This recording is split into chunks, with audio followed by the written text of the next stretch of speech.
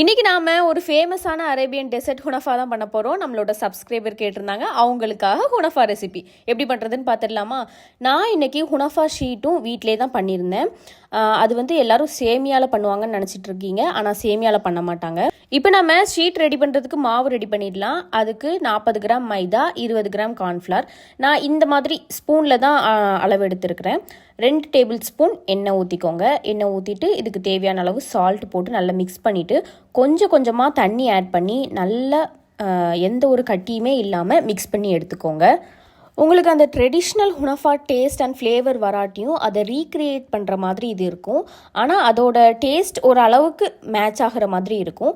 இந்த மாதிரி ஒரு பாட்டிலுக்கு ட்ரான்ஸ்ஃபர் பண்ணிவிட்டு ஒரு சின்னதாக ஒரு ஹோல் போட்டுட்டு இந்த மாதிரி சுற்றி எடுத்துட்டிங்கன்னா சூப்பரான ஹுனஃபா ஷீட் ரெடி ஆயிரும். இந்த மாதிரி சுற்றிட்டு 2 வாட்டி வதக்கிற மாதிரி பண்ணிவிட்டு எடுத்துடணும். உடனே ரொம்ப முருகிடக்கூடாது. இப்போது நம்மளுக்கு வந்து சில நேரத்தில் நம்மளுக்கு ஹுனஃபா ஷீட் கிடைக்காது, மொசரல்லா சீஸ் கிடைக்காது.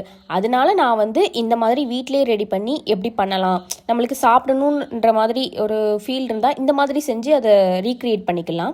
இந்த மாதிரி நம்ம எடுத்ததை ஃபுல்லாக குட்டி குட்டியாக கட் பண்ணி எடுத்துக்கோங்க. இதில் 2 டேபிள் ஸ்பூன் பட்டர் ஆட் பண்ணி இதை ஒரு ஓரமாக வச்சுருங்க.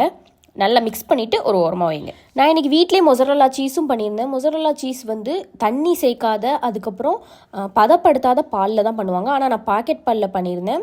கொஞ்சம் பன்னீர் மாதிரி வந்துருந்துச்சு. ஆனால் நான் அது மெல்ட் ஆகாதோன்னு நினச்சேன். ஆனால் என்ன மேஜிக் நடந்துச்சுன்னு தெரில, சூப்பராக மெல்ட் ஆகிடுச்சு.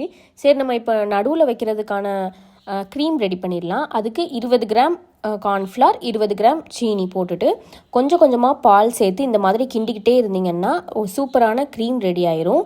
நீங்கள் வந்து கைவிடாமல் கிண்டணும், இல்லைனா கட்டி கட்டியாக ஆயிரும். இந்த ஸ்டேஜில் ஸ்டவ்வை ஆஃப் பண்ணிவிட்டு ஒரு க்யூப் பட்டர் ஆட் பண்ணிவிட்டு கொஞ்சம் வெண்ணிலா எசன்ஸும் ஃப்ளேவருக்காக ஆட் பண்ணிக்கோங்க. அப்படி இல்லைனா ஏலக்காய் தூள் போட்டுக்கோங்க.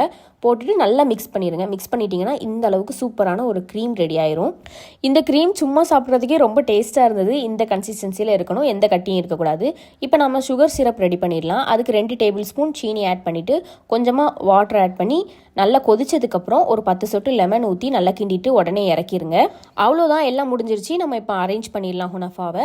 இந்த மாதிரி ஒரு பேனில் நல்ல பட்டரை ஃபுல்லாக கோட் பண்ணிவிட்டு ஃபஸ்ட்டு நம்ம ரெடி பண்ணி வச்சுருக்க ஷீட்டை போட்டு இந்த மாதிரி அமுக்கிக்கோங்க. அடுத்து நம்ம ரெடி பண்ணி வச்சுருக்கிற க்ரீம் அதையும் அது மேலே நடுவில் ஒரு லேயராக ஆட் பண்ணிக்கோங்க. நான் இன்றைக்கி சீஸும் ஆட் பண்ணியிருக்கிறேன். அந்த சீஸ் ரெசிபி வந்து நான் உங்களுக்கு ஷார்ட்ஸாக போஸ்ட் பண்ணுறேன், பாருங்கள். இந்த மாதிரி நல்லா ஸ்ப்ரெட் பண்ணிவிட்டு சீஸும் மேலே போட்டுட்டு இதுக்கு மேலே ஹுனஃபா ஷீட்டும் வச்சுட்டு நல்லா ஒரு வாட்டி ப்ரெஸ் பண்ணிட்டிங்கன்னா நம்மளுக்கு வந்து அவ்வளோதான், முடிஞ்சிருச்சு. நம்ம இதை வந்து நெக்ஸ்ட்டு நம்ம அடுப்பில் வச்சு வேக வைக்க வேண்டியது தான். நீங்கள் ப்ராப்பராக ஹுனஃபா ஷீட், மொசரல்லா சீஸ்லாம் வாங்கி பண்ணுறதா இருந்தாலும் இதே ப்ரொசீஜர் தான். அதே மாதிரி ஃபஸ்ட்டு ஷீட்டு, அதுக்கப்புறம் நடுவில் மொசரல்லா சீஸ், அதுக்கப்புறம் மேலே ஷீட் வச்சு இந்த மாதிரி ஹீட் பண்ணி எடுக்க வேண்டியது தான். இந்த மாதிரி சுற்றி காமிங்க, அப்போ தான் எல்லாமே பர்ஃபெக்டாக வேகும். இந்த மாதிரி வெந்ததுக்கப்புறம் ஒரு தட்டு போட்டுட்டு அதில் அப்படி ட்ரான்ஸ்ஃபர் பண்ணிட்டீங்கன்னா அழகாக வந்துடும். இங்கே பாருங்கள், சூப்பராக வந்திருக்குது எனக்கு. அதுக்கப்புறம் இதை அப்படி திருப்பி அதே பேனில் இன்னொரு வாட்டி பட்டர் கோட் பண்ணிவிட்டு போட்டு எடுத்துட்டிங்கன்னா சூப்பரான ஹுனஃபா ரெடி ஆயிரும் நம்மளுக்கு. அடுத்து நம்ம ஃபைனலாக சுகர் சிரப் ஆட் பண்ணிவிட்டு பிஸ்தாவை வந்து மேலே அப்படி தூவி விட்டுருங்க. லைட்டாக மிக்சியில் பிளெண்ட் பண்ணிவிட்டு இந்த மாதிரி தூவி விட்டுருங்க. தூவி விட்டுட்டு கட் பண்ணிங்கன்னா சூப்பராக அந்த சீஸ் எல்லாமே மெல்ட் ஆகி எனக்கு வந்திருந்தது. நான் மெல்ட் ஆகாதுன்னு நினச்சிருந்தேன், ஆனால் மெல்ட் ஆகிருந்துச்சு. அதுதான் இதோட மேஜிக். ஹுனஃபா சாப்பிடணும்னு நினச்சா இந்த மாதிரி ரீக்ரியேட் பண்ணி சாப்பிட்டு பாருங்கள். ஆனால் ரொம்ப பொறுமையாக எல்லா ஸ்டெப்பும் செய்யுங்க, ரொம்பவே நல்ல டேஸ்ட்டாக வரும். கண்டிப்பாக இதை உங்கள் வீட்டில் ட்ரை பண்ணிவிட்டு எப்படி இருந்ததுன்னு கமெண்ட்ஸில் சொல்லுங்கள். நான் உங்களை நெக்ஸ்ட் ஒரு இன்ட்ரெஸ்டிங்கான வீடியோவில் வந்து மீட் பண்ணுறேன்.